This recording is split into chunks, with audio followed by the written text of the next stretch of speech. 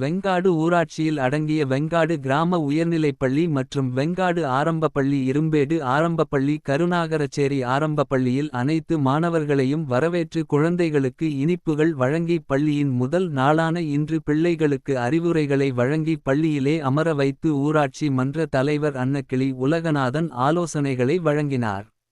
மற்றும் வெங்காடு ஏரி நீர் பாசன சங்க தலைவர் உலகநாதன் ஊராட்சி மன்ற துணை தலைவர் தமிழ்ச்செல்வி ரவிச்சந்திரன் மற்றும் உறுப்பினர்கள் ஊராட்சி செயலாளர் ஊராட்சியில் பணிபுரியும் அனைத்து நிர்வாகிகளும் கலந்து கொண்டு பிள்ளைகளை உற்சாகப்படுத்தினர். மேலும் உயர்நிலைப் பள்ளியில் சமையல் கூடம் திறந்து வைத்தார். சிமெண்ட் சாலை அமைத்தல் பணியையும் ஊராட்சி மன்ற தலைவர் அன்னக்கிளி உலகநாதன் துவக்கி வைத்தார்.